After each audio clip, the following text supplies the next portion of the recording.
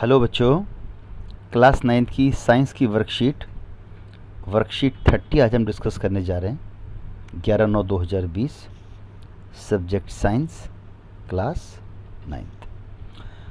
Part का नाम है गति।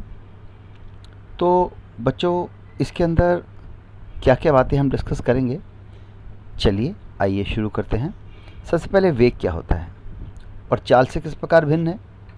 तो बच्चों, यहाँ पर बताया गया है नीचे कि वस्तु की निश्चित दिशा में चाल उसका वेग कहलाती है। मतलब चाल में अगर दिशा की बात कर दी जाए तो वो वेग हो जाता है ना। अब मैं आपको बता दूं कि जो वेग होता है उस वेग का जो है एक सूत्र भी होता है बच्चों। वेग का एक सूत्र भी है, ये देख सकते हैं आप क्या सूत्र है।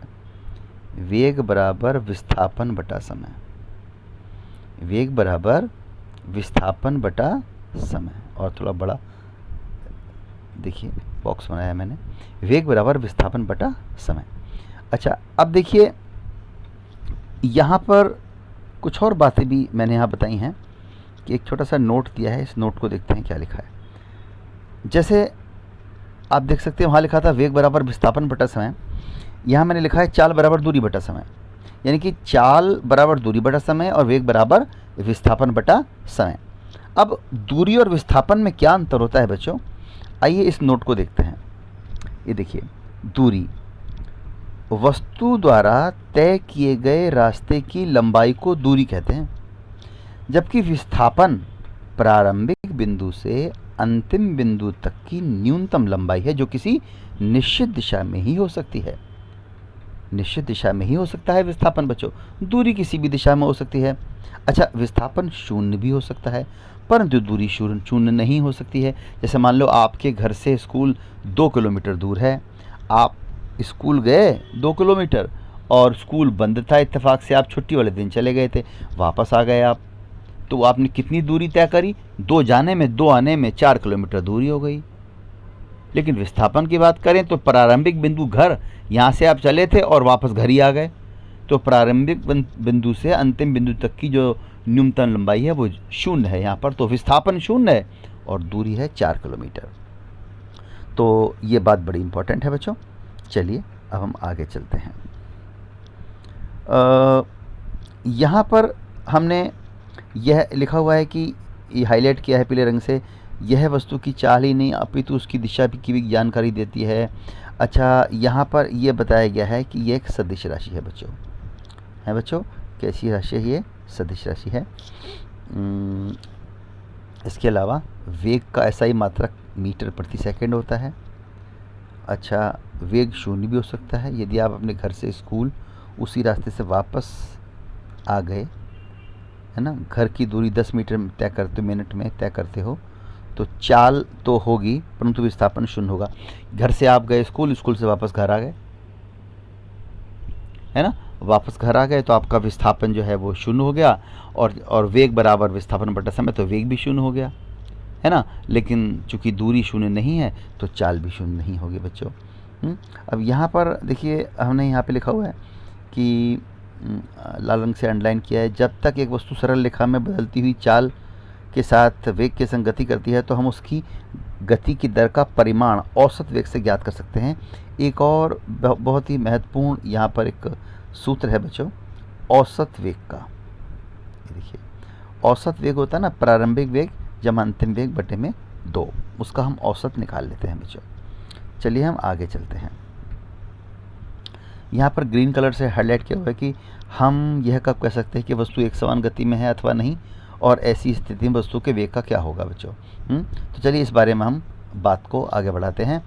ये ब्लू कलर से हाईलाइट किया है मैंने कि यदि एक वस्तु सीधी रेखा में गति करते हुए, यदि कोई वस्तु सीधी रेखा में गति करते हुए समान दूरी समान समय में तय करती है तो एक समान गति होती है।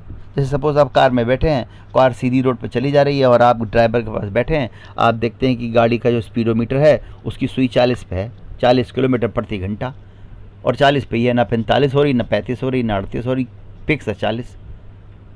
तो जो कार है एक समान समय में एक समान दूरी तय कर रही है, तो उसकी चाल एक समान हो गई, उसका वेग एक समान हो गया बच्चों।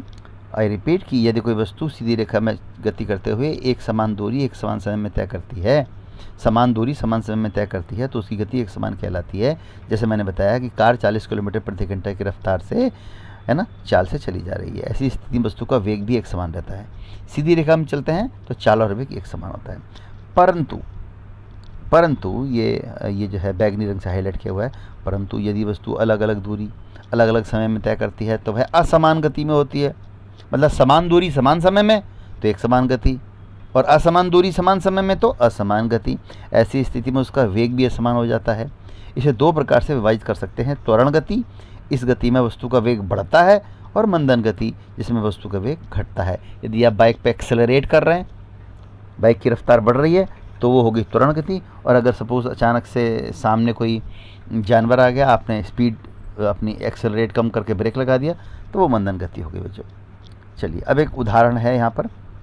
इसमें बताया गया है कि यदि एक साइकिल सवार बिंदु ए से बिंदु बी के बीच 40 मीटर लंबे सीधे पथ पर बिंदु ए से बी पर वापस बिंदु ए पर आने में 40 सेकंड का समय लेता है, चाल और वेग की दूरी ज्ञात कीजिए। तो बच्चों जैसे मैंने बताया था ना, घर और स्कूल वाला उदाहरण बिल्कुल वैसा ही है। सपोज़ करो आपका ए घर है, बी स्कूल है। आप साइकिल से गए घर से स्कूल, और स्कूल बंद था और वापस आ गया। तो आपने दूरी कितनी तय करी? 40 जाने में 40 आने में, 80 मीटर दूरी तय करी। जबकि विस्थापन आपका शून्य है, क्योंकि आप जहाँ से गए वहीं आ गए। देखते हैं इसमें उन्होंने क्या पूछा है। चाल और वेग दोनों पूछे हैं। तो बेटा इसमें लिखा है उत्तर में, कुल विस्थापन बिंदु ए से बिंदु ए के बीच की न्यूनतम दूरी 0। भाई ए से गए वापस ए पे आ गए तो विस्थापन तो 0 हो गया ना, लेकिन जो दूरी तय करी उसने 40 जाने में 40 आने में 80 हो गई, है ना। कुल समय 40 सेकंड लगा। अब देखो बच्चों, चाल बराबर दूरी बटे समय। यहाँ पर आप एक बात देखिए बच्चों कि चाल बराबर होता है दूरी बटा समय। चाल बराबर दूरी बटा समय। दूरी है 80, समय है 40, तो चाल हो गई 2 मीटर पर सेकेंड। वहीं जब हम निकालेंगे वेग, तो वेग में ऊपर दूरी के बजाय विस्थापन आएगा। विस्थापन शून्य है, क्योंकि घर से चलकर वापस घर आ गया, तो वेग शून्य हो जाएगा। देखते हैं यहाँ पर आगे कैसे इन्होंने यहाँ बताया हुआ है। ये देखिए, ये देखिए।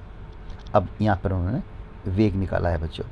जब वेग निकाला है तो इसमें आप देख सकते हैं कि किस टाइप से निकाला है बच्चों वेग।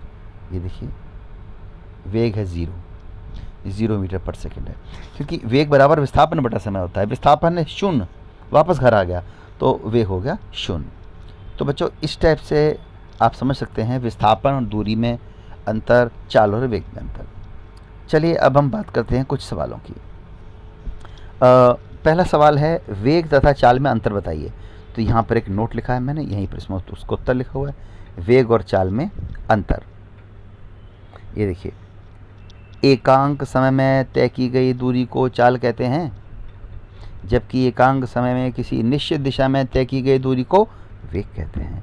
चाल अदिश राशि है, जबकि वेग सदिश राशि है।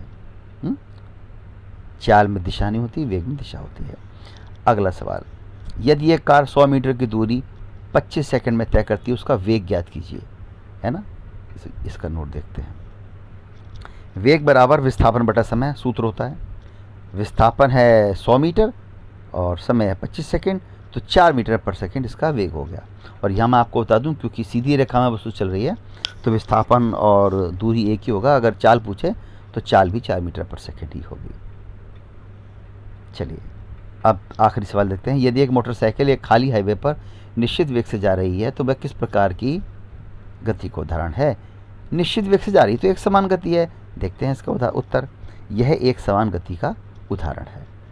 तो बच्चों ये अच्छे से इसको समझिएगा, वीडियो को बार बार देख के बीच में पॉज करके अच्छे से इसको समझिए, और तीनों सवालों का जवाब करके आप व्हाट्सएप ग्रुप में भेजिए। थैंक यू बच्चों।